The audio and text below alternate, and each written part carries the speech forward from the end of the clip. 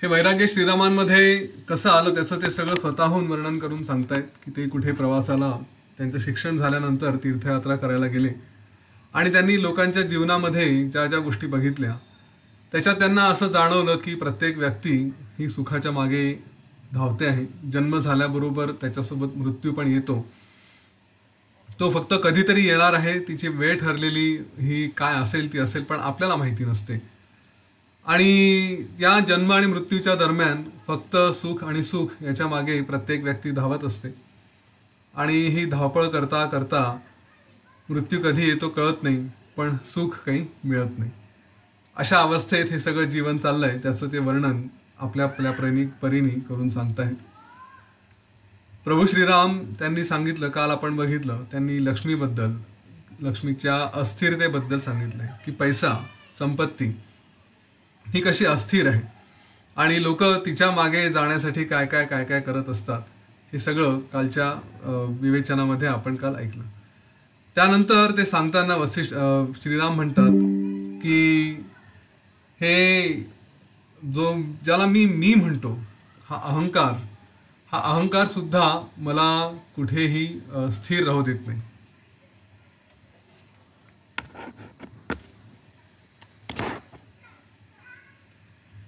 या अहंकाराच्या स्वरूपाबद्दल थोडक्यात जर सांगायचं झालं आपल्याला, अहंकार म्हणजे काय? अहंकार म्हणजे अभिमान नाही. अध्यात्मामध्ये जेव्हा अहंकाराबद्दल बोललं जातं तेव्हा त्याच्यामध्ये जो काही स्वतःच्या अस्तित्वाची जाणीव, म्हणजे मी कुठेतरी, तो जो मी आहे, त्या मी बद्दल जे काही आपल्या भावना असतात त्याला अहंकार म्हटलेला आहे. माझं अस्तित्व आहे ते कसंही आहे, चांगलं असेल वाईट असेल, दोन्ही पद्धतीने आपण जे आपल्याकडे बघतो तो म्हणजे आपल्या अस्तित्वाचा जो आपला अनुभव आहे त्याला अहंकार असं म्हटलेलं आहे. या अहंकारामुळे काय होतं, खरं म्हणजे योग वासिष्ठ जेव्हा पूर्ण करायला लागू आपण तेव्हा कळेल की याच्यात ना मन आहे, ना अहंकार आहे, ना काहीच आहे. परंतु ज्या नाही आहेत त्या गोष्टी सुद्धा कसं काय आपलं जीवन पूर्णपणे उलटपालट करून टाकतं. हा अहंकार काय करतो? हा अहंकार आपल्याला मी आणि माझं याच्यामध्ये अडकवतो. तर यावरती आपण पुढे जाऊन डिटेलमध्ये बोलू, पण पुन्हा काही काही गोष्टी या रिपीट होतील जेणेकरून ते संस्कार पक्के होतील. तर मी आणि माझं, इथे माझं काय आणि मी काय, ज्याला मी म्हणतो तो नेमका कोण, हे जर कोणी कोणाला सांगायला सांगितलं तर कठीण आहे. त्याचं एक्सप्लेनेशन नाही करता येणार. नेमकं कोण आहे मी म्हणजे नाही सांगता येत. बरं ठीक आहे, माझं म्हणतात तर नेमकं काय माझं आहे याच्याबद्दल जर बोलायचं झालं तर माझं घर, मग तुझं घर हे तुझ्या जन्माच्या अगोदर होतं की नंतर होतं? मग अगोदर होतं तर तुझं कसं काय झालं? किंवा तुझ्या जन्मानंतर आलं म्हणजे मग ते राहिलं असंच आहे का? तोपर्यंत कुठे होतं? दोन्ही गोष्टी म्हणजे अगोदर घर किंवा अगोदर तू, या दोनपैकी कोणीतरी एक हे अगोदर नव्हतं. एक तर मी अगोदर नव्हतो घराच्या, किंवा माझ्या नंतर त्या घर हे नव्हतं. घर हे मी केलेलं आहे, पण त्याच्यामध्ये माझा हा प्रश्न कुठे आला? कारण तू गेल्यानंतर ते घर राहणार आहे का? नाही राहणार आहे. तर ह्या ज्या काही सगळ्या गोष्टी आहेत की ज्याच्यात मी आणि माझं असं म्हणतो, हे फक्त केवळ कुठेतरी निर्माण झालेल्या गोष्टी. आणि ह्याच्याबद्दल वसिष्ठ ऋषी श्रीराम सांगतायत की हे जे काही मी माझं म्हणतो याच्यामध्ये मी एवढा गुरफटला जातो. वास्तविक खरं बघायचं ना तर श्रीरामांना कुठे गुरफटायची गरज नाही, कशातच त्यांना अडकायची गरज नाही. पण हे सगळं आपल्या मनातल्या ज्या भावना आहेत, आपल्याबद्दल जे काही थोडंसं आपल्यामध्ये जे काही अज्ञान आहे ते सांगायचा प्रयत्न करतात. तर मी आणि माझं याच्या मागे धावता धावता हे सगळं आयुष्य जातं, ज्याच्यामध्ये मग माझी पत्नी असेल, माझी मुलं असतील, या सगळ्यांच्या मागे मी लागत असतो. आणि ह्या अहंकाररूपी शत्रूंनी माझ्या जीवनामध्ये हे सगळे जे काही व्यवहार निर्माण केलेले आहेत याच्यामुळे माझी सगळी मनःशांती कुठेतरी हरवून गेलेली. हा अहंकार ज्याला मी म्हणतो, हा खरं मी नाही हे मला समजतं, परंतु काही करता येत नाही. याच्यातून सुटू कसा, हा प्रश्न मला पडलाय. प्रत्येक वेळेस जेव्हा ते एकेका विषयाचं वर्णन करतात प्रभू श्रीराम, तेव्हा ते सांगतात की हा हे असं असं आहे, पण याच्यातून सुटायचं कसं मला माहीत नाही. तर त्यांना माहिती असेल, पण ते आपल्यासाठी अज्ञानी झालेले आहेत, आता त्या भूमिकेत आहेत. मग तिथून पुढे जातात. ते सांगतात की चित्ताबद्दल, आपलं चित्त, आपलं मन हे जर सत्पुरुषांच्या सहवासात राहिलं तर ते चांगलं, नाही राहिलं आणि ते जर इकडे तिकडे भरकडत राहिलं, की जे सहसा आपल्या सगळ्यांच्या बाबतीत होतं. काम, क्रोध, लोभ, मद, मोह, मत्सर या सगळ्या विषयांनी त्याच्यावरती आपला आपला पगडा निर्माण केलेला आहे आणि त्यांच्यामुळे हे चित्त कधीही स्थिर राहत नाही. मला आपणहून कधीतरी दाखवा की मन हे शून्य झालेलं आहे. मन शून्य करणं ही एक फार मोठी कला आहे. जरा कधी प्रयोग करून बघा की खरंच आपण शांत आहोत अशी स्थिती असते का. सतत काही ना काही विचार चाललाच असतो आणि हा विचार हा आपल्या मृत्यूपर्यंत आपल्यासोबत असतो आणि त्याच्यात आपली अवस्था कशी असू द्या, कितीही निरोगी असू द्या नाही तर कितीही रोगी असू द्या, आनंदात असू द्या, दुःखात असू द्या, श्रीमंतीत असू द्या, गरिबीत असू द्या, जे काही असेल प्रत्येक क्षणी हे आपलं चित्त आपल्याला कुठे ना कुठे पळवत असतं. आणि त्याच्यावरतीच ते श्रीराम म्हणतात की असं जर चित्त असेल, हे चित्त मला स्वस्थ बसू देत नाही. म्हणजे अगदी ह्या चित्ताचं स्वरूप काय आहे तर त्याला स्वतःलाच कळत नाही की कुठे जाऊ काय जाऊ. ज्याला कुठलीही दिशा नाही, सतत काहीतरी भरकटत असतं. म्हणजे तुम्ही त्याला मोकळं सोडलं तर एक एक विषय पकडत जाईल. आज कधी आपल्या परिवाराबद्दल विचार करेल, नंतर कधी तर आपल्या संपत्तीबद्दल विचार करेल, नंतर कधी मित्रांबद्दल विचार करेल, मग कधी जॉबबद्दल करेल, कधी बिझनेसबद्दल करेल. हे चित्त स्थिर राहतच नाही. म्हणजे श्रीरामांनी जी इथे भाषा सांगितलेली आहे, त्यांनी जे उपमा दिलेली आहे, ते म्हणतात की एखाद्या दरिद्री कुत्र्याप्रमाणे ते खेड्यागावात जसं भरकटत राहतं, त्याला काही दिशाच नाही. बस आपलं सतत इकडे तिकडे बघायचं आणि त्याच्या मागे कुठेतरी जात राहायचं, याला दिशा नाही. असं हे चित्त हे जे सारखं भरकटतं आहे, त्याच्यामुळे मला कळत नाही की याला स्थिर कसं करावं आणि त्याच्यामुळे मी व्याकुळ झालेलो आहे. कारण याची वृत्ती अतिशय चंचल आहे. सारखं काही नाही तर कुठे ना कुठे चाललंच असतं, काही त्याला शांतता मिळत नाही. आणि ह्या चित्ताला स्थिर कसं करावं हे मला कळत नाही. मी या विवंचनेत पडलो आहे, या संकटात पडलो आहे की या चित्ताला शांत कसं करू. आणि हे जर चित्त असंच अशांत राहणार असेल तर मग त्याच्यात ज्ञान कुठे आलं, मी कुठे स्वतःला समाधानी करू शकणार आहे. अशा प्रकारे प्रभू श्रीराम आपल्या चित्ताबद्दल सांगतात. मग ते हेही सांगतात की या चित्तामुळेच सगळं काही जगाची निर्मिती झालेली आहे. फार छान मुद्दा प्रभू श्रीरामांनी मांडला आहे. एक इमॅजिन करा की आपलं जे काही जग आहे, जे काही आपलं जग असेल, आपला परिवार असेल, आपले मित्र असतील, जॉब, बिझनेस, सुखदुःख, ज्या काही गोष्टी असतील, ह्या सगळ्या केवळ चित्तामुळेच आल्या आहेत ना. जर चित्त शांत झालं, मन शांत झालं तर कुठे गेल्या या गोष्टी. एक छोटंसं उदाहरण देऊ आणि मग पुढे जाऊ, कारण याच्यावरती सखोल पुन्हा चर्चा नंतर वसिष्ठ ऋषींनी केलेली आहे. पण तरी ते छोटंसं उदाहरण बघूया. आज काहीतरी टेन्शन आहे कुठल्या तरी गोष्टीचं, की मला उद्या अमुक गोष्ट करायची आहे, किंवा आज माझ्या एखाद्या रिलेटिव्हचं किंवा एखाद्या व्यक्तीचं काहीतरी झालं किंवा त्याचं काहीतरी व्हायचं आहे, म्हणजे तो परीक्षेत कसा पास होईल ही चिंता असेल. पण जेव्हा आपण गाढ झोपलेलो असतो, पूर्णपणे सुषुप्तीत असतो, तेव्हा या चिंता आपल्या डोक्यात असतात का? नसतात. त्यावेळेस आपण एकदम शांत झालेलो असतो. परंतु वस्तुस्थिती आहे ती आहेच ना, परिस्थिती तर काही बदलत नाही. आपण झोपल्यामुळे काही हे जे कोणाचे लग्न व्हायचे असतील, कोणाला परीक्षा पास करायच्या असतील, कोणाचं आरोग्य सुधारायचं असेल, या गोष्टी तर काही होत नाही ना, बदलत नाही, त्या आहे तशाच राहतात. पण तेवढ्या काळापुरती आपण जे स्वतःमध्ये गेलेलो असतो, पूर्णपणे गाढ झोपेत असतो, शांत असतो, तर ती जी अवस्था असते त्यावेळेस तर चित्त शांत आहे, थोड्या वेळापुरतं का होईना. मग हे जे काही जेव्हा जाग येते, पुन्हा चित्त ॲक्टिव्ह होतं, त्याच्यानंतर ह्या समस्या सगळ्या निर्माण व्हायला सुरुवात होतात. तोपर्यंत समस्या असतात पण त्या आपल्यामध्ये आलेल्या नसतात. आपण आता टी व्ही बघायला लागलो की या सगळ्या जगाच्या समस्या आपण घेतो ना. न्यूज चॅनल काय करतात, ते आपण विनाकारण पैसे देऊन त्या चॅनलला सबस्क्राईब करून त्या एवढा मोठा टी व्ही विकत घेऊन काय घेतोय तर नको त्या कटकटी डोक्याला. स्वीटूचं लग्न कधी होईल, राईट? किंवा आता स्वीटू आणि ओम एकत्र येतील का, अशा प्रकारचे प्रश्न हे आपल्या डोक्यात विनाकारण आलेले असतात. सिरियल नाही बघितलं, आपलं चित्त जर आपल्यामध्ये बंद केलं तर जग संपलं, जग नाहीच.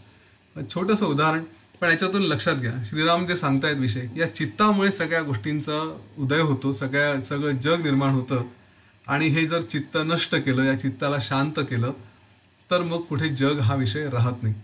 आणि ते म्हणतात की मला हे जे जग आहे, या जगालाच मला शांत करायचं असेल तर या चित्ताला शांत करावं लागेल. पण हे चित्त मी कितीही प्रयत्न केला तरी शांत होत नाही. आपल्यापैकी अनेकांना हा अनुभव आहे. आपण प्रयत्न करत राहतो, कधीतरी होतं, कधीतरी पुन्हा चाललं आहे. आर्ट ऑफ लिव्हिंगमध्ये असाल, ॲडव्हान्स कोर्स केला, वा वा वा वा, फार छान वाटलं, आणि त्याच्यानंतर पुन्हा घरी आल्यानंतर बॅक टू पॅव्हिलियन आहे ना, असं कुठेतरी होतं.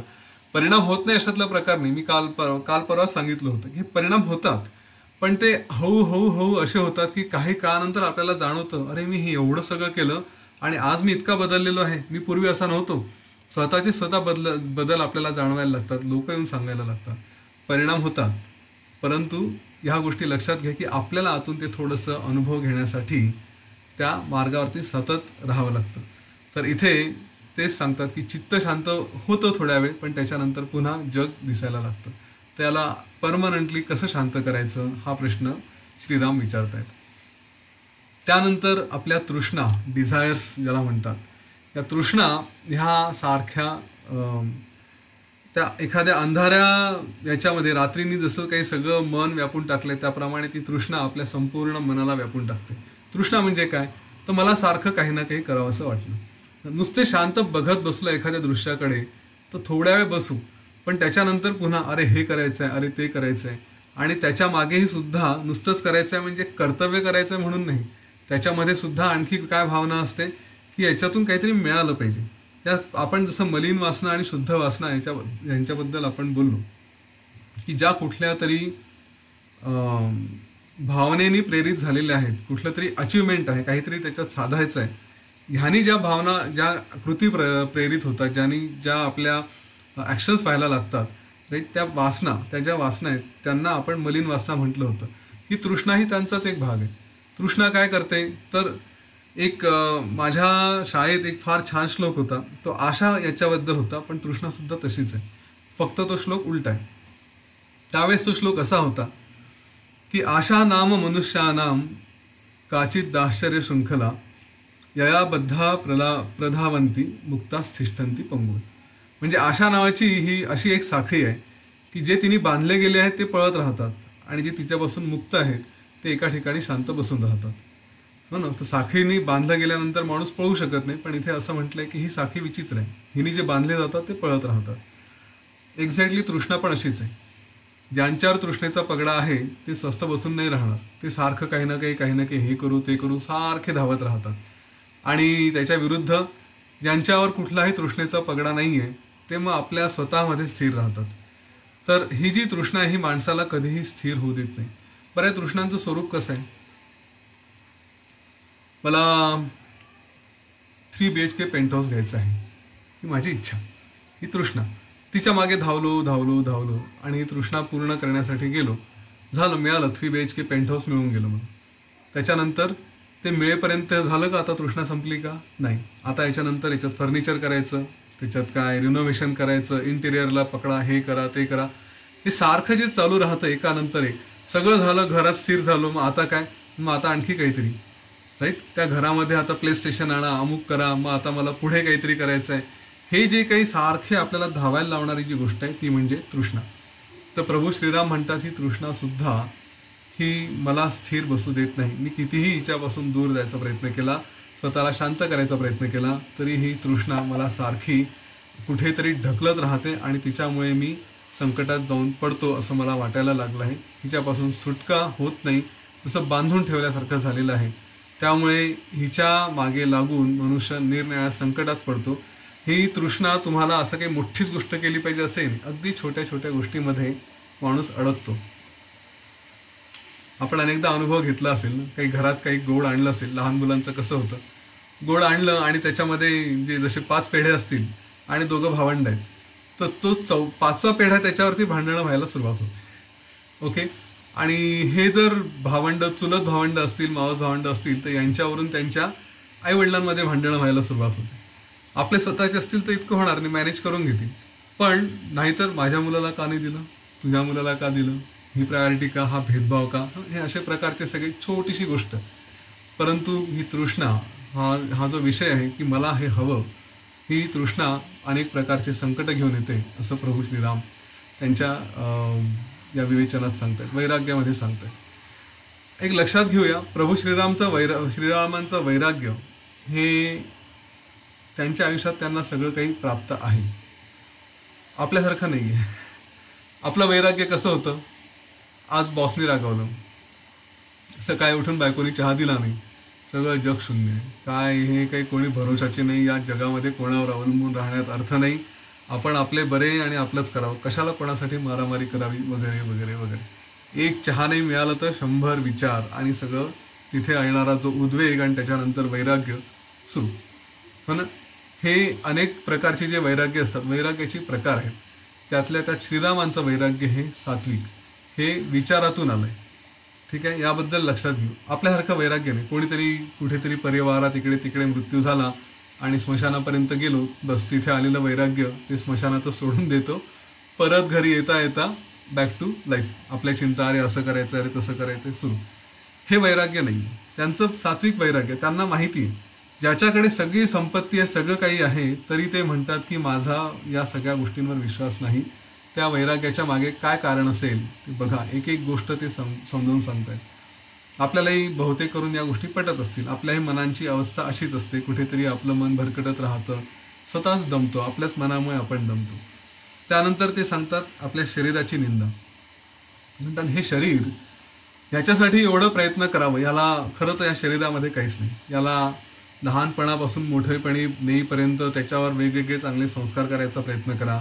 त्या शरीराला चांगलं खाऊपिऊ घाला, त्याला चांगलं मसाज करा, मर्दन करा, जे काही करायचं असेल. याला शरीर म्हणजे जे काही आपले इंद्रिय असतील यांना सगळ्या प्रकारे सुखी ठेवण्यासाठी प्रयत्न करतो. पण हे शरीर शरीर म्हणजे आहे काय? आणि सगळ्यात महत्त्वाची गोष्ट, आपण या शरीराला म्हणजे मीच समजतो. हो ना. मी म्हणजे कोण? यतीन जोशींची ओळख काय? तर हे असं दिसणारं जे शरीर आहे ते शरीर म्हणजे यतीन जोशी. दुसऱ्या कोणाला यतीन जोशी नाव नाही देत. भले माझं मन त्याच्यात असेल किंवा त्याचं मन माझ्यात असेल, तरी यतीन जोशी नाव हे या शरीराला दिलेलं आहे. तर माझी ओळख काय असेल? तर माझी ओळख म्हणजे माझं शरीर. असं असताना मी यतीन जोशी किंवा मी हे शरीर, ही जी भावना या शरीराप्रती ठेवलेली आहे, शरीर शरीर आहे काय? तर प्रभू श्रीराम सांगतात की जरा या शरीराला तुम्ही उघडून बघितलं तर काय दिसतं या शरीरामध्ये? हां, मध्ये एका ठिकाणी गेलो होतो मी. त्यांनी सांगितलं की आपल्या शरीरामध्ये 1.5 लाख प्रकारचे बॅक्टेरिया असतात. 1.5 लाख प्रकारचे गट बॅक्टेरिया म्हणतात त्यांना, मला वाटतं. ते सगळं आपल्या शरीरामध्ये पचन आणि जे काही वेगवेगळ्या प्रोसेसेस करत असतात ते बॅक्टेरिया.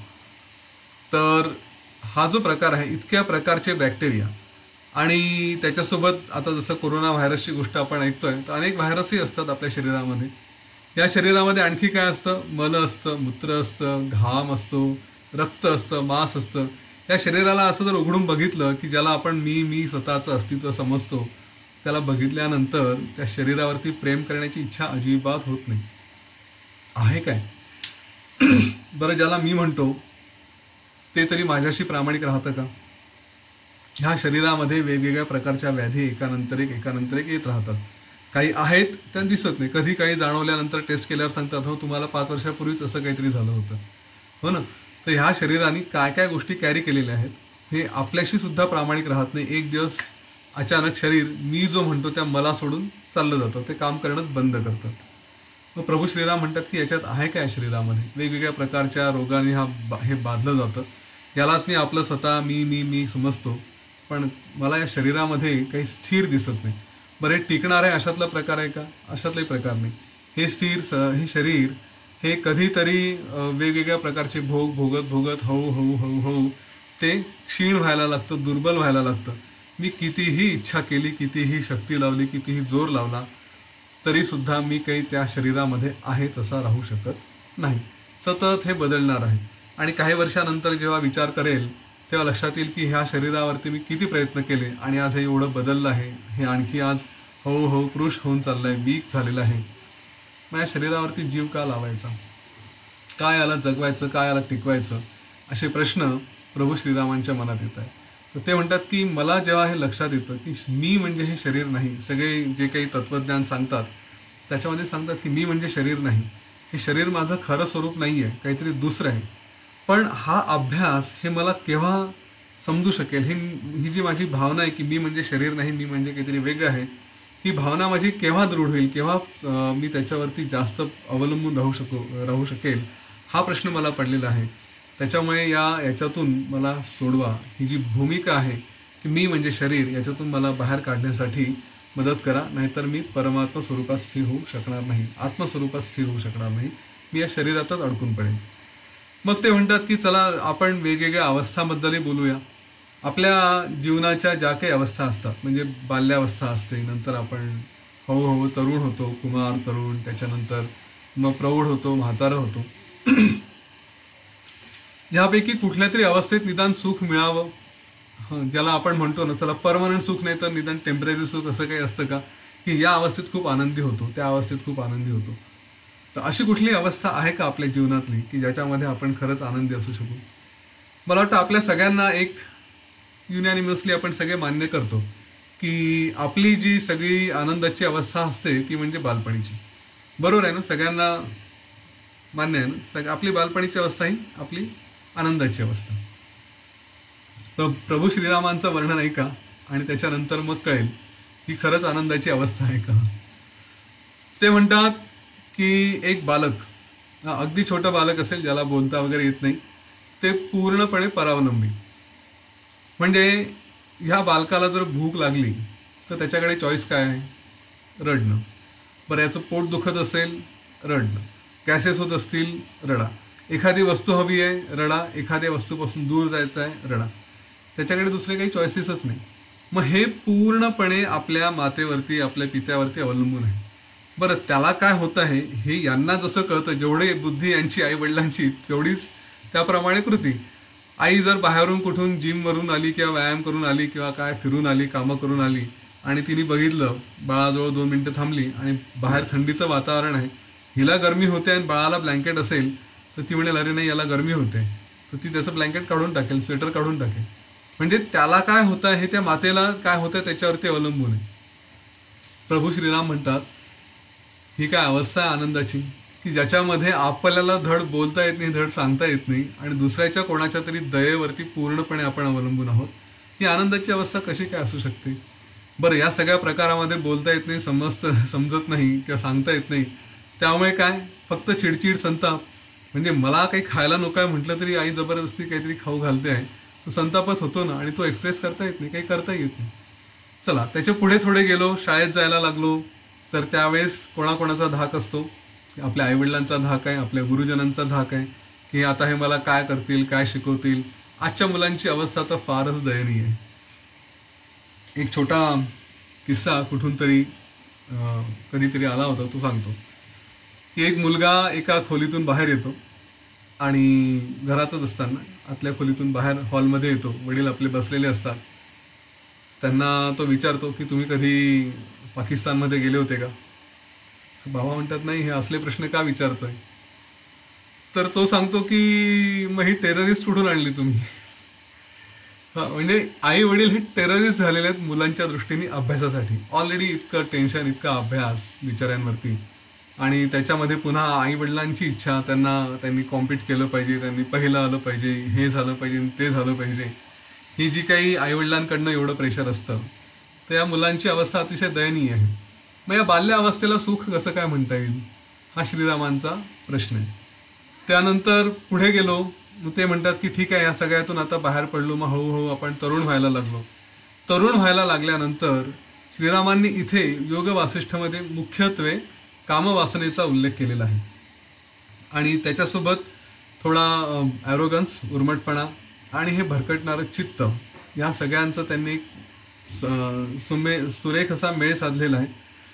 ते म्हणतात की ह्या वयामध्ये जिथे कामवासना आपली बलवत्तर असते आणि त्याच्यामुळे चित्तही हे विचलित होतं, एका ठिकाणी स्थिर राहत नाही, सारखं इकडे जा तिकडे जा तिकडे जा, याच्याकडे सुखाची अपेक्षा कर, त्याच्याकडे सुखाची अपेक्षा कर, ह्या भावनेतच ते डोकं सगळं आपलं इन्व्हॉल्व्ह झालेलं असतं. सोबत ॲरोगन्स असतो, मोठ्यांपैकी मोठ्यांचं कोणाचं ऐकायचं नाही. आपल्या भाषेमध्ये आपण त्याला म्हणतो शिंग फुटलेले असतात. तर अशा शिंग फुटलेल्या अवस्थेमध्ये ते स्वतःला खूप शहाणे समजायला लागतं आणि या स्थितीत सगळे निर्णय चुकायला लागतात. मुळातच स्वतःला कळत नाही. ज्यांना विचारतो ते कोणी ज्ञानी नाही, तेही आपल्याच आजूबाजूचे बरोबरीचे, त्यांना स्वतःला काही ज्ञान नाही. त्यांच्याकडून जे काही नॉलेज मिळतं, जे काही डिसिजन घेतले जातात ते सुद्धा चुकीचे ठरतात आणि त्याचे परिणाम हे दीर्घकाळासाठी, अल्पकाळासाठी, दोन्हीसाठी हे चुकीचे येतात. त्याचे परिणाम भोगावे लागतात. प्रभू श्रीराम म्हणतात अशी जी काही ही अवस्था आहे, अशी जी काही स्टेट आहे की ज्याच्यामध्ये आपल्याला धड कळत नाही, आपलं चित्त स्थिर नाही, आज एक उद्या दुसरं असं जे सारखं कन्फ्युजन होत असतं, आणि 4 लोकांमध्ये गेलो तर आपण काहीतरी बडबड केली आणि लोक आपल्याला बघून हसायला लागतात की हा काय अडाणी माणूस आहे. म्हणजे तरुण आपल्याला वाटतं आपण खूप विद्वान आहे, पण आपल्याला कुठे मान मिळत नाही. अशा स्थितीमध्ये ह्या स्थितीला आनंददायी स्थिती कसं म्हणायचं? आजच्या मुलांना एक छोटंसं याच्यावरून रिलेव्हन्स आला म्हणून सांगतो. आजकालच्या मुलांना, त्यांच्या या तरुण वयात आलेल्या मुलांना हे जे मार्गदर्शन असतं हे योग्य मिळालं नाही तर आयुष्य भलतीचकडे भरकटतं. आपण अनेक वेगवेगळ्या माध्यमातून हे सगळे प्रसंग बघतोय. आईवडील आपल्यातले जे कोणी असतील त्यांचे काही कर्तव्य आहेत. त्याच्यामध्ये एक कर्तव्य आहे की मुलांसोबत वेळ घालवणं, त्यांच्यासोबत त्यांच्या मार्गाने समजून जाणं. आपण आत्तामध्ये एक पोलिसांचं फंक्शन अटेंड केलं होतं. पुण्याचे आदरणीय पोलीस कमिशनर होते आणि त्यांनी अमिताभ गुप्ता म्हणून, आणि त्यांनी जे छान गोष्ट सांगितली ते म्हणाले की तुम्ही स्वतःच्या जनरेशनमध्ये राहून मुलांसोबत मिसळू शकत नाही. मुलांना जे आवडतं ते त्यांच्यासोबत तुम्हालाही आवडलं पाहिजे. तुम्ही त्यांच्या जनरेशनचे व्हा, म्हणजे मग तुमचं त्यांच्याशी कनेक्ट होऊ शकेल. नाहीतर दोन हेटरोजिनियस गोष्टी, दोन वेगवेगळ्या गोष्टी एकत्र येणं शक्य नाही. फार छान त्यांनी सांगितलं होतं. हे आपल्याला सुद्धा थोडं फॉलो करावं लागेल. नाही तर काय होतं, आपण काहीतरी बोलतो, काहीतरी सांगायला जातो आणि ते त्यांना पटत नाही. कधी कधी माझ्या तोंडून तर अशा गोष्टी निघून जातात की ठीक आहे, मी म्हणतो पटत नाही ना, तो दुसरा बाप आहे गुगल, त्याला विचारा. हां, किंवा माझे मित्रही, माझे बंधूही हे असंच सांगतात की नाही ऐकत मुलं. मग त्यांना सांगावं लागतं, माझं नाही पटत ना, त्या गुगलला विचारा, तो दुसरा बाबा आहे त्याला विचारा, तो सांगेल. आणि मग कुठेतरी थोडंसं व्हेरीफाय केल्यानंतर ऐकायची मानसिकता व्हायला लागते. तरुण वयाची ही दुर्दैवी अवस्था आहे. यावेळेस खरं म्हणजे योग्य समुपदेशक हा पकडावा, त्याच्याकडे जावं. करिअरच्या बाबतीत असेल किंवा आणखी कुठल्याच्या बाबतीत इकडे तिकडे न जाता एक तत्व पक्क लक्षात ठेवा, त्या विषयाचा जो डॉक्टर असतो त्याच्याकडे गेलं पाहिजे. जीवनाचा डॉक्टर म्हणजे गुरु, त्यांच्याकडे आपण जीवनाच्या बाबतीत जातो. अभ्यासाच्या बाबतीत जो डॉक्टर म्हणजे करिअर काउन्सिलर असेल त्याच्याकडे जातो. तसे हे जे कोणी आपले वेगवेगळे डॉक्टर्स आहेत त्या क्षेत्रातले, त्यांच्याकडे आपण जावं, त्यांच्याकडून मार्गदर्शन घ्यावं. हे फार महत्त्वाचं आहे. आणि इथे एक महत्त्वाची गोष्ट मी मुद्दाम सांगेल, कारण ही पुढे येणार आहे, पण या क्षणी एक डोक्यात पेरून ठेवतो. जर तरुण वयात योग्य गोष्टी नाही केल्या तर त्याचे दुष्परिणाम हे संपूर्ण आयुष्यभर भोगावे लागतात. बालपणी केलेल्या ज्या काही चुका असतील त्या सुधारण्याची संधी ही तरुण वयात आहे. कारण तेव्हा सगळ्याच गोष्टी आपल्याकडे आलेल्या असतात. शक्ती असते, बुद्धी असते, फक्त योग्य मार्गदर्शन ते सुद्धा आपल्याला स्वतःहूनच निवडायचं असतं. आणि त्याच्या मागे फार सोपा मार्ग आहे की त्या क्षेत्रातले डॉक्टर ही की लक्षात घ्या, त्यांच्यावर श्रद्धा ठेवून त्यांच्याकडून ते मार्गदर्शन घ्यावं आणि पुढे जावं. हे जर जमलं तर इथून पुढे संपूर्ण पाया आपला व्यवस्थित उभा राहतो आणि त्याच्यावरती उभी राहणारी इमारतसुद्धा चांगली होते. पण जर हा पायाच कच्चा राहिला, हा जर भरकटला तर मात्र मग काही खरं नाही. मग ते आयुष्य आपण बघतो, कितीक लोकांचे आयुष्य भरकटलेले आहेत, नको त्या मार्गाला गेलेले आहेत, नको त्या गोष्टींमध्ये फसले आहेत.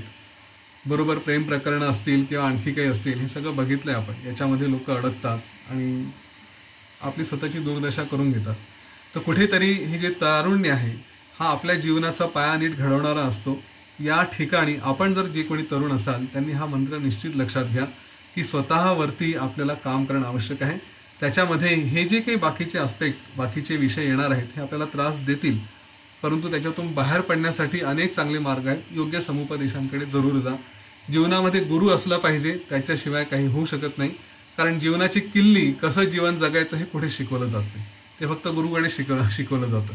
कुठलेही गुरु करा, तुम्हाला जे हवे असतील ते, त्याच्याबद्दल माझा आग्रह नाही. पण त्या गुरूंकडे जाऊन त्यांनी जे मार्गदर्शन दिलेलं आहे त्याचा मात्र पालन अवश्य करा. तिथे आपली बुद्धी लावायची गरज नाही. तर तारुण्याबद्दल ते म्हणतात आणि सांगतात की अरे पकडून ठेवू, पकडून ठेवू, पकडून ठेवू, असं करता करता हे तारुण्य निघून जातं. प्रौढत्व येतं, याच्या मागे धावत धावत धावत धावत संपता संपता हळूच आपल्यावरती वार्धक्य यायला लागतं. वार्धक्य आल्यानंतर, म्हातारपण आल्यानंतर मग सगळी अवस्थाच बिकट होते. काय होतं या क्षणी, जेव्हा म्हातारपण येतं त्यावेळेस मग चिंता ह्या जास्त लागतात. एक पश्चाताप असतो की कदाचित मी माझ्या आयुष्यात काही केलं असतं तर, खरं मी चांगले प्रयत्न करू शकलो असतो, माझ्या आयुष्यात मला असं करता आलं असतं, माझ्या आयुष्यात तसं करता आलं असतं, पण तोपर्यंत वेळ निघून गेलेली असते. मग आता काय, तर आता चिंता. आता ना बुद्धी धड आहे, ना शरीर धड आहे, आणि यावेळेस मग माझं काय होईल, मला मुलं सांभाळतील की नाही, मला कोणी खाऊ घालतील की नाही, अशा स्थितीमध्ये ते जीवन पुढे पुढे पुढे पुढे जायला लागतं. मृत्यू येऊ नये असं वाटतं, पण जगण्यासाठी काही कारण आहे असंही नसतं. अशा स्थितीमध्ये हे जीवन चाललं आहे. याच्यात असं म्हटलेलं आहे की जसं एखाद्या फळावरती त्याच्यावर चोच मारून त्याचा घास घेण्यासाठी जसा कावळा किंवा घार अशी फिरत असते, त्याचप्रमाणे जो मृत्यूपंथाकडे लागलेला आहे त्याच्या डोक्यावरती पण मृत्यूची घार फिरत असते. केव्हा तरी झडप घालते आणि घेऊन जाते. आणि त्यावेळेस सुद्धा मी सुखी आहे, मी आनंदी आहे अशी अवस्था बऱ्याच जणांची झालेली नसते. एक गोष्ट लक्षात घ्या, मला निराश करायचं नाही. आपलं आयुष्याचं कुठलीही स्थिती असू द्या, याचा अर्थ असा नाही की आपण टोटली युजलेस आहोत, की आपल्यासाठी काही उरलं नाही, अशातला प्रकार नाही. मी पुन्हा सांगेन, श्रीरामांनी ही अवस्था जरी सांगितली असली तरी ते अशा अवस्थेत राहिले नाही. त्याच्यानंतर ते सदा आनंदी पुरुषोत्तम झालेले आहेत आणि हे सगळं ज्ञान पुढे येणार आहे.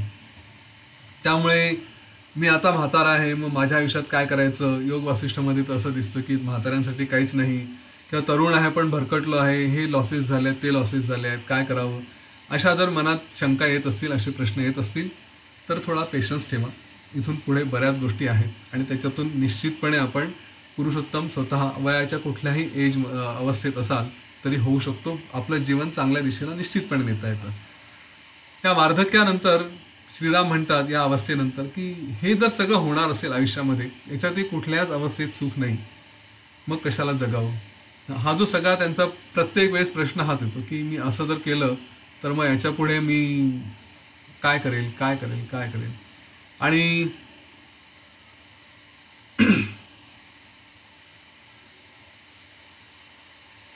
इथून ते सांगतात काळाबद्दल, की हा जो काळ आहे, या काळावरती भरोसा ठेवता येत नाही.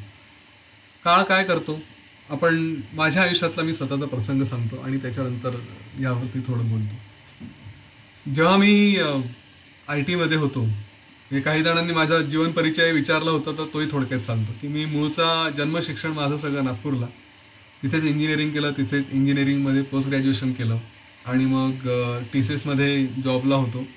त्यानंतर एका छोट्या कंपनीत जॉबला होतो, जिला जगातल्या सगळ्यात मोठ्या नेटवर्किंग कंपनीने, सिस्कोनी अक्वायर केलं आणि त्यामुळे मी सिस्कोचा भाग झालो.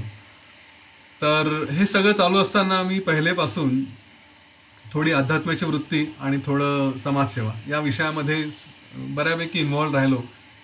आणि हे करत असताना स्वाभाविकपणे कलिग्स, कधी मॅनेजर्स यांच्याकडशी चर्चा होता होता असा विषय यायचा की अरे यतीन, हे तर अध्यात्म, हे समाजसेवा, या सगळ्या गोष्टी आपण म्हातार झाल्यानंतर 60च्या पुढे रिटायर व्हायचं आणि त्याच्यानंतर या गोष्टी करायच्या. हे आत्तापासून कशाला करायचं. आता रात्रंदिवस मेहनत करायची, जागरणं करायचे, प्रमोशन्स घ्यायचे, पुढे पुढे पुढे पुढे जायचं. हे काय युजलेस गोष्टीमध्ये अडकून पडलं आहे. ह्याच्यातून काय मिळणार आहे, ना प्रमोशन मिळणार, ना पैसे मिळणार. अशा प्रकारचं एक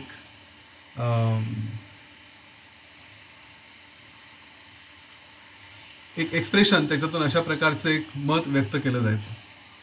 आणि कधीतरी माझ्या तोंडून सहज निघून गेलं की म्हातारा होण्याची गॅरंटी तुम्हाला आहे. तुम्हाला वाटतं की तुम्ही 60व्या वर्षापर्यंत पोहोचाल, त्याच्यानंतर आणखी 15-20 वर्ष, 40 वर्ष तुम्ही काहीतरी आयुष्यात करू शकाल, शरीर धडधाकट राहील, बुद्धी धडधाकट राहील आणि तुम्ही बरंच काही करू शकाल, ह्या गोष्टीची गॅरंटी तुम्हाला आहे. मला तर कुठल्याच गोष्टीची गॅरंटी नाही आहे, कारण काळाचा भरोसा नाही. रिटायर व्हायच्या आतच जर काळाने काही निर्णय घेतला तर हे आयुष्य काय असंच गेलं असं वाटेल ना, की अरे ह्या गोष्टी करायच्याच राहून गेल्या. असं नको व्हायला.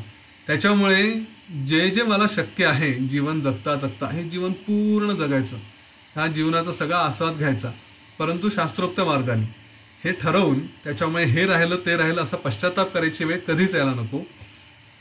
वेळ कशी असावी, आत्ता जर मृत्यू समोर हजर झाला आणि म्हटलं चला, तर म्हणा चला, आय एम रेडी. ही जी आपली मनाची अवस्था असेल, ती जे काही जीवन असेल त्याला जीवन म्हणताय.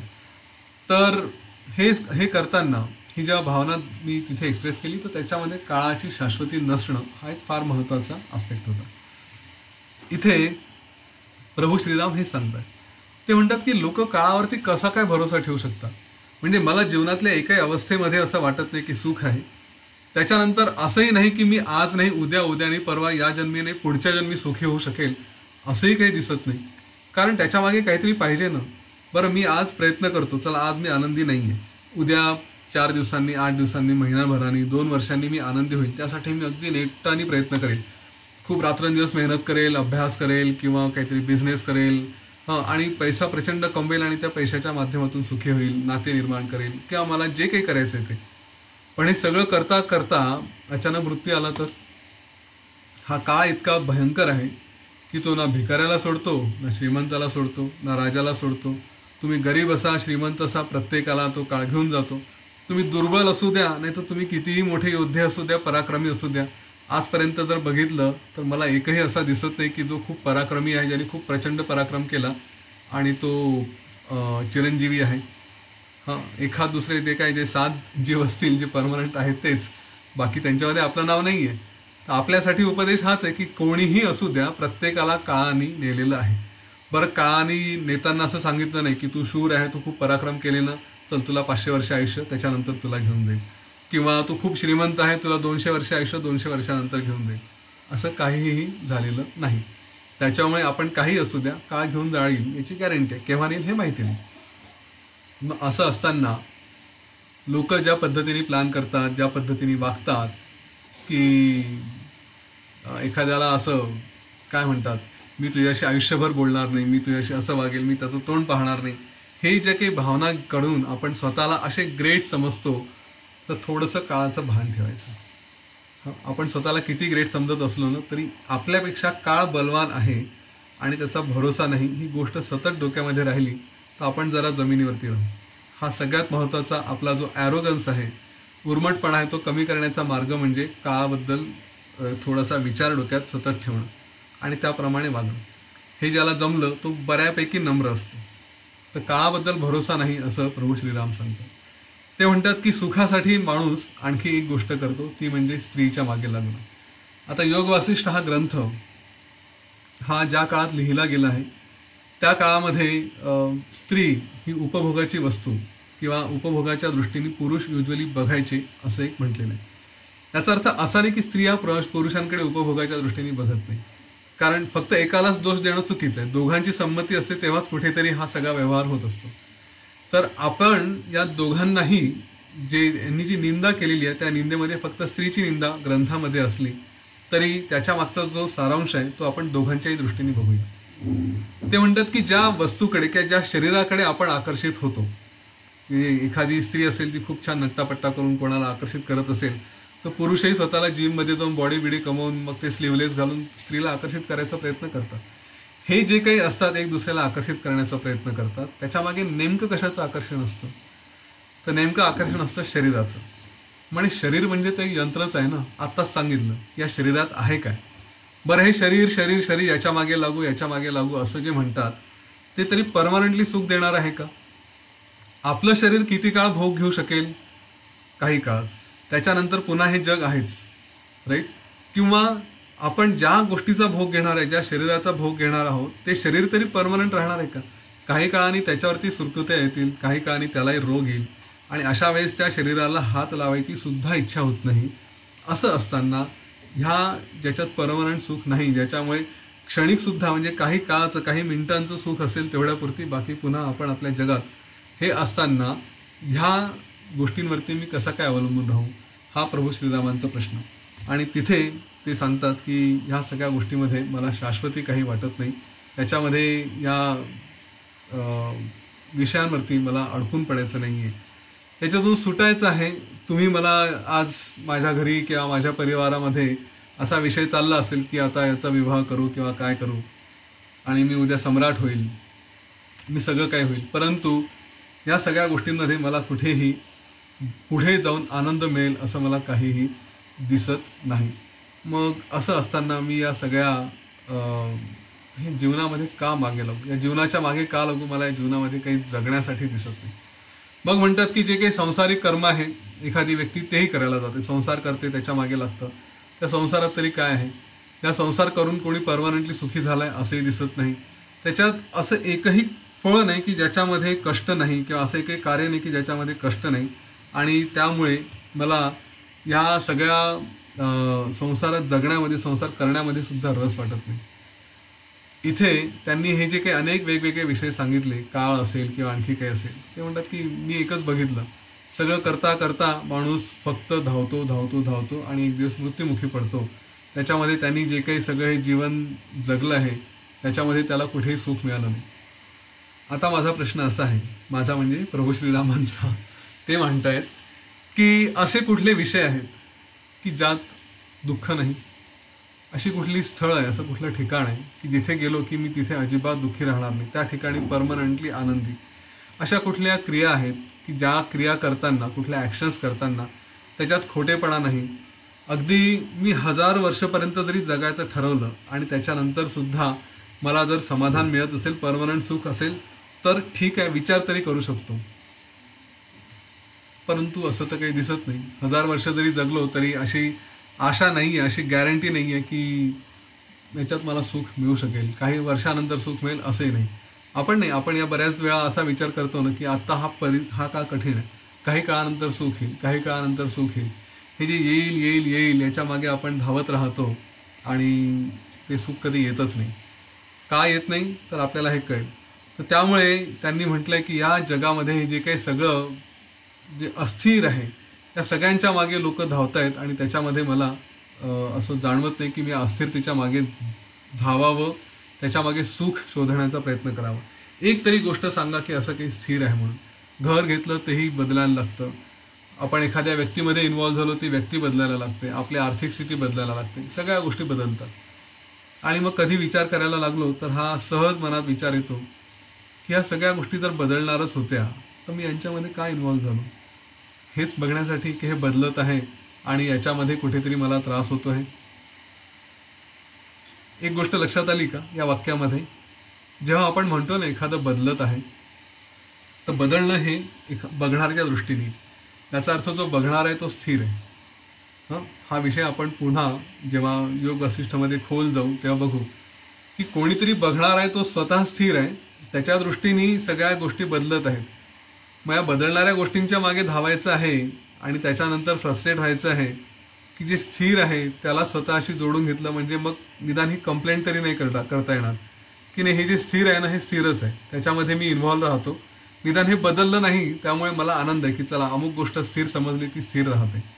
तशी कुठली गोष्ट आहे की जी स्थिर आहे.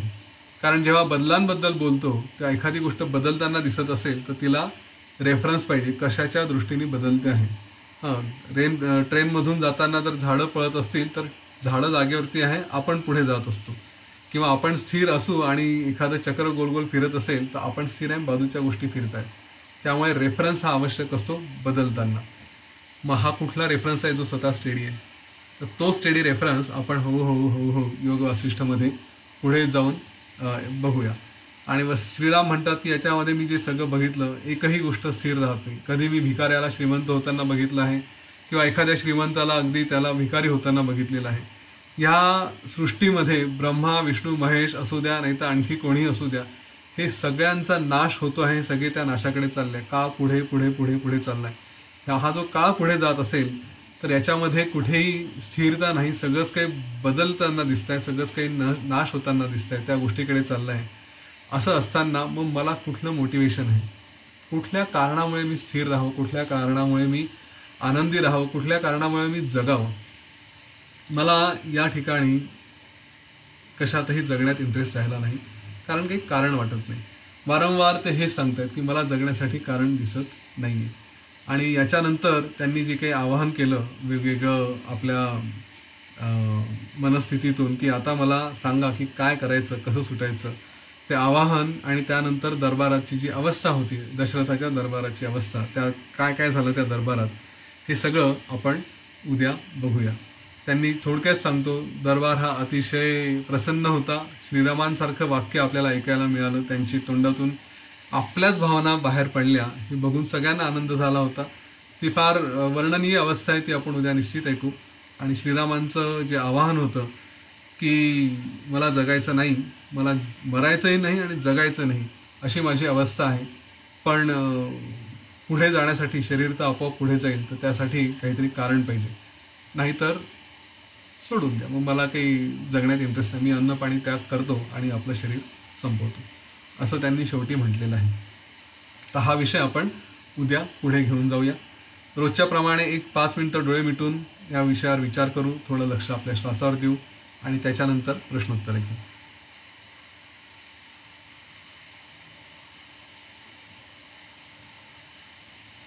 शांत स्थिर होऊया.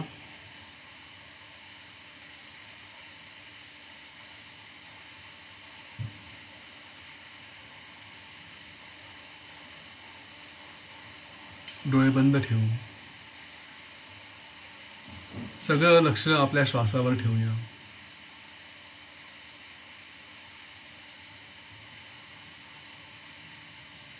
जसा असेल तसा त्याला नियंत्रित करण्याचा प्रयत्न करायची गरज नाही. श्वास आपला सगळ्यात चांगला मित्र आहे. त्याच्यावर फक्त लक्ष ठेवलं तरी तो पटकन आपलासा होतो, शांत होतो, स्थिर होतो.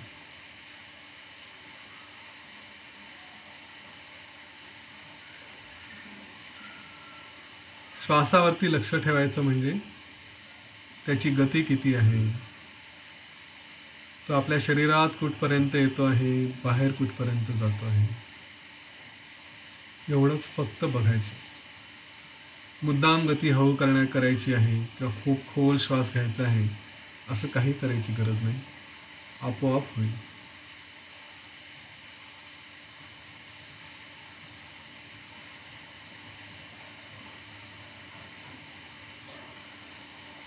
आपला श्वास स्थिर होता होता थोडंसं वैराग्याबद्दलही विचार करूया.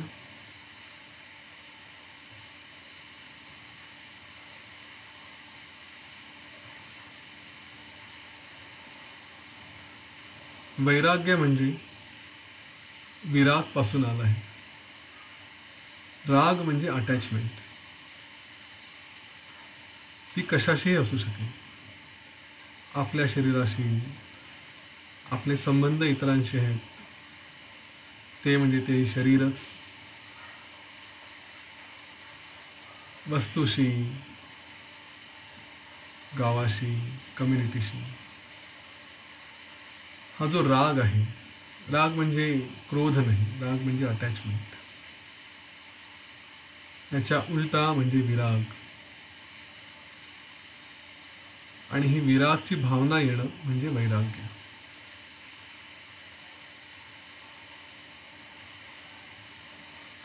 जे काही जग आपण बघितलं आहे त्याचा थोडा विचार केला तर लक्षात येईल की ज्याच्याबद्दल अटॅचमेंट धरावी असं काहीच नाही. ज्याच्याबद्दल राग म्हणजे अटॅचमेंट धरावी असं काहीच नाही. ज्यांनी सुद्धा अटॅचमेंट केलेली आहे किंवा होती त्यांनाही काही खूप खास मिळालं नाही. आणि या जगात कित्येक जीव आले आणि गेले. कित्येकांनी कित्येक गोष्टी धरून ठेवल्या.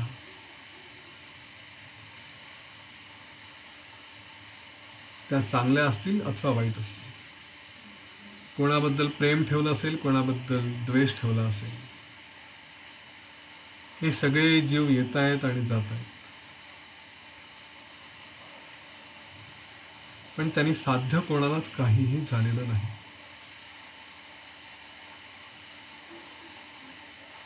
जेव्हा या जगात ज्याच्याबद्दल लोभ ठेवावा, राग ठेवावा असं काहीच नाही,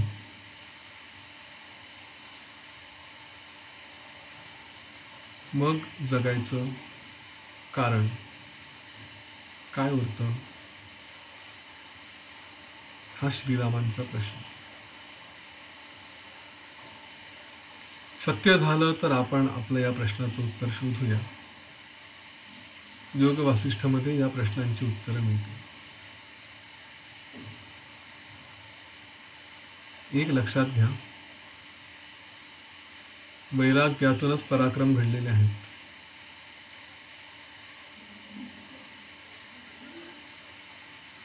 ज्यांचं स्वतःच्या जीवावर सुद्धा प्रेम नाही, तेच शूर योद्ध्यासारखे लढले आणि त्यांनी चमत्कार घडवले.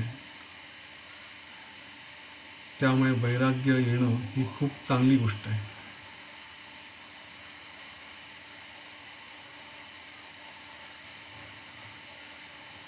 या वैराग्यावर आपण विचार करत राहू. आत्तापुरतं थांबूया, एक खोल श्वास घेऊया आणि सोडून देऊ. हळूहळू स्वतः प्रति सजग होत आपले डोळे उघडूया.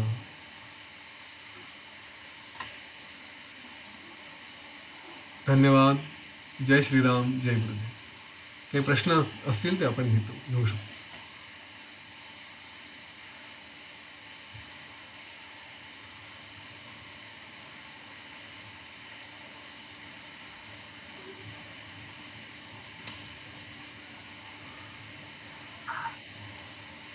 कोणाचे काही प्रश्न आहेत का?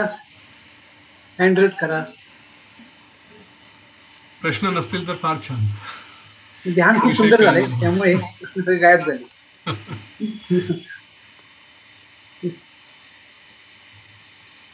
कधी गुप्ता सरांचं सेशन इथे पुण्यामध्ये एक पोलिसांचा कार्यक्रम होता तेव्हा झालं ते.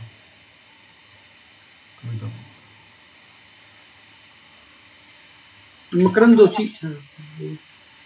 हा, तुम्ही म्यूट अनम्यूट मॅनेज करा विद्यार्थ्यांची. नाही, मला दिसत नाही. मला बरोबर, ठीक आहे, मी करतो. काही हरकत नाही. मला ते मकरंद जोशी, प्रश्न विचारा तुमचा. नमस्कार यतीनजी. नमस्कार. माझा प्रश्न असा आहे की जसं जन्मरहस्य असतं, मृत्यू रहस्य असतं, जसं मंत्रांचं पण काहीतरी रहस्य असतं ऐकलंय मी. ते कितपत खरं आहे किंवा योग्य आहे, म्हणजे काय आहे? हे वेगवेगळे रहस्य आहे. राज्य रहस्य आहे, मंत्र रहस्य आहे. म्हणजे राज्य कारभार योग्य कसा करायचा ते पण एक रहस्य आहे. जन्मरहस्य, मृत्यू रहस्य आणि मंत्र रहस्य आणि आणखी एक 5 आहे कुठलं. 5 रहस्य आहे खरं. प्रदीप वाघ. सर, मला थोडा एक वेगळा प्रश्न विचारायचा आहे, परवानगी असेल तर जोशी साहेब. हो, विचार. श्रीरामांची अत्री ऋषींची भेट झाली होती, पण दत्तात्रयांची भेट झाली का? त्याचा कुठे हे आहे का? नाही, माझ्या वाचनात तरी असं काही आलं नाही. म्हणजे गुरुचरित्रात सुद्धा असा कुठे उल्लेख नाही की त्यांची श्रीरामांची भेट झाली होती. तोच मलाही एक मनात प्रश्न आहे की श्रीराम हे विष्णूचे अवतार, दत्तात्रय हे ब्रह्मा विष्णू महेशचे अवतार, पण दोघांची भेट झाली होती का समकालीन असून सुद्धा, असा एक जस्ट माझ्या मनात प्रश्न होता. अच्छा, नाही माहिती. समकालीन होते का ते? कारण अत्री ऋषींच्या आश्रमात गेले होते ना प्रभू राम, आणि त्यावेळेस दत्तात्रय ते होते नव्हते असा कुठेच काही उल्लेख नाहीये. अत्री ऋषींचा आश्रम पूर्वीचा असेल ना? नाही, आपण म्हणतो ना दत्तात्रय हे अनुसूयाचे चिरंजीव ना, अनुसूया आणि अत्री ऋषींचे बरोबर पुत्र. पण ठीक आहे, आपण सोडून देतो विषय, त्याच्याशी संलग्न नाही. म्हणजे दत्ताचा अवतार आधीच असेल तर मग हे असेल. अच्छा, तसे असेल अवतार नंतर असेल. कदाचित ते कुठे तपश्चर्यावर निघून गेले असावेत दत्तात्रय, अशी शक्यता आहे. सॉरी. ठीक आहे, प्रश्न छान आहे पण माहिती नाही. हो, धन्यवाद.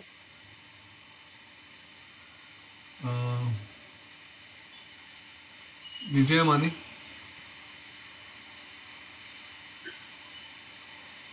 हॅलो, नमस्कार सर. नमस्कार. यतीनजी आणि विद्यार्थी दोघांनाही नमस्कार. खूप छान कार्यक्रमाचं आयोजन झालेलं आहे आणि अतिशय सुंदर सांगतात, अतिशय सुंदर. खूपच मजा येते. म्हणजे आता उद्या कधी येईल आणि उद्याचं आता कसं सेशन होईल त्याची उत्सुकता लागलेली आहे. आणि खूप ओघवती भाषा आणि खूपच छान, अमेझिंग. आम्ही जोडलं गेलंय विद्यार्थ्यांमुळे, हे देवाची कृपा म्हणायची अशी. त्याच्यामुळे तुमचे खूप दोघांचे धन्यवाद. धन्यवाद. तुम्ही देवाच्या कृपेचा विषय काढला म्हणून एक गोष्ट सांगावीशी वाटते. आजच एक फोन आला होता, ज्येष्ठ महिला आहेत त्यांचा. त्यांनी सांगितलं की त्यांच्याकडे अशीच कोणाशी तरी ओळख झाली आणि त्या व्यक्तीने त्या दासबोधाचा अभ्यास करतात त्या ज्या मॅडम आहेत, त्या व्यक्तीने यांना तुम्ही अध्यात्माच्या मार्गावरती आहात म्हणून त्यांना योग वासिष्ठचे काही पुस्तकं भेट दिली. परंतु प्रपंचात अडकल्यामुळे त्यांचं काही ते योग वासिष्ठ वाचणं झालं नाही आणि काही दिवसांनी त्यांनी ते पुस्तक, काही दिवसांनी म्हणण्यापेक्षा महिना दीड महिन्यापूर्वी ती पुस्तकं त्या व्यक्तीला परत केली. त्यांना माफी मागितली की मला वाचणं होत नाहीये आणि तुम्ही वाईट वाटून घेऊ नका, पण हे परत घ्या. आणि त्या व्यक्तीने ते पुस्तकं परत घेतली. परंतु पुन्हा काही दिवसांनी योग वासिष्ठचा मेसेज त्यांच्यापर्यंत पोहोचला. तर त्यांचे शब्द असे होते की देवाची इच्छा अशी होती की मी पुस्तक वाचू शकत नाही ना, ठीक आहे आता ऐकतं घरी कमीत कमी, म्हणून माझ्यापर्यंत ते आलं. काय होईल आपल्याला माहिती, ज्या व्हायच्या गोष्टी त्या होत्या. खरंच आहे. नाही, आणि विद्याधरणजींचं जे पुस्तक आहे ते मी घेतलं, ते मागवलं, ते छानच लिहिलंय त्यांनी, खूप छान. ते वाचल्यामुळे गर्भितार्थ समजलेला आहे, त्याच्यामुळे आता हे समजायला अजून चांगलं, म्हणजे पूर्ण याच्यात आता ऐकायला अजून मजा येईल. म्हणजे पुस्तक वाचावंच लागेल मोठं. निश्चित. धन्यवाद धन्यवाद. नाही सर, खूपच छान लिहिलेलं आहे तुम्ही, मस्त. नाही, मी ते संकलन केलेलं आहे, त्यातले फक्त नोट्स काढून हे केले. मी लिहिलेलं नाही, मी लेखक नाही. पण आमच्यापर्यंत पोहोचवलं, व्हॉट एव्हर माध्यम असो. येणं आपल्या जवळ खूप जरुरी असतं ना, त्याशिवाय मग पुढे वाटचाल करू शकत नाही ना. नाही, खूप धन्यवाद दोघांचे. थँक्यू. सविताजी.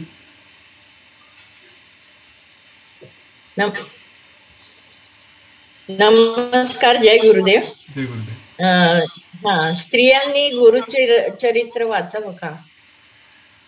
त्यांनी वाचू नये असं म्हटलंय आणि गुरुचरित्रातच त्याच्याबद्दल सांगितलंय की त्यांचे काय वेगळे धर्म, आचार, व्रत वगैरे या सगळ्या गोष्टी त्याच्यात दिलेल्या आहेत. मी काही त्या जुन्या मताचा आहे किंवा नाही अशातला प्रकार नाही, परंतु जर ते ग्रंथ असं म्हणत असतील नाही करायचं तर नाही करायचं. मुळात माझ्या दृष्टीने मातृशक्ती ही इतकी प्रबल आहे की खरं म्हणजे त्यांना कुठल्याही गोष्टीची गरज नाही. ही माझी प्रामाणिक भावना आहे. मी जे माझ्या पत्नीला, माझ्या आईला बघितलेलं आहे त्याच्यावरून माझी प्रामाणिक भावना ही आहे की खरं ह्यांचं आयुष्य हे इतकं सुंदर असतं की कुठल्या काय म्हणतात त्याला व्रतवैकल्यांची किंवा असं हे सगळं उद्योग करण्याची गरज नाही.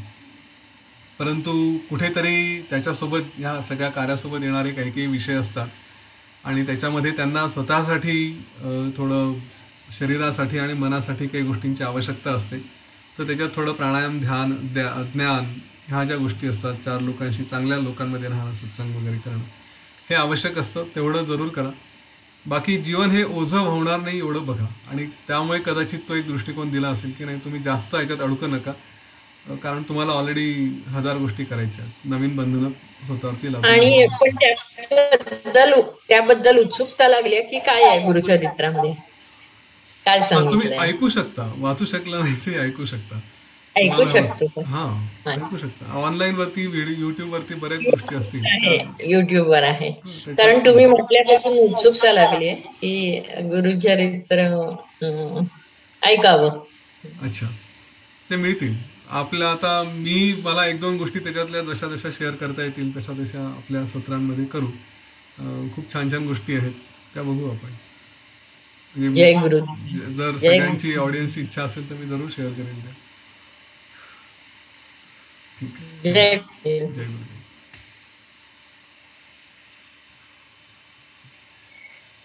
चला, आणखी कोणी इकडे पण दुसऱ्या झूम वरती नाही? ठीक आहे, चला मग ठीक आहे, आज थांबूया आणि उद्या पुन्हा भेटू रात्री 8 वाजता. जय श्रीराम. जय गुरुदेव. जय श्रीराम.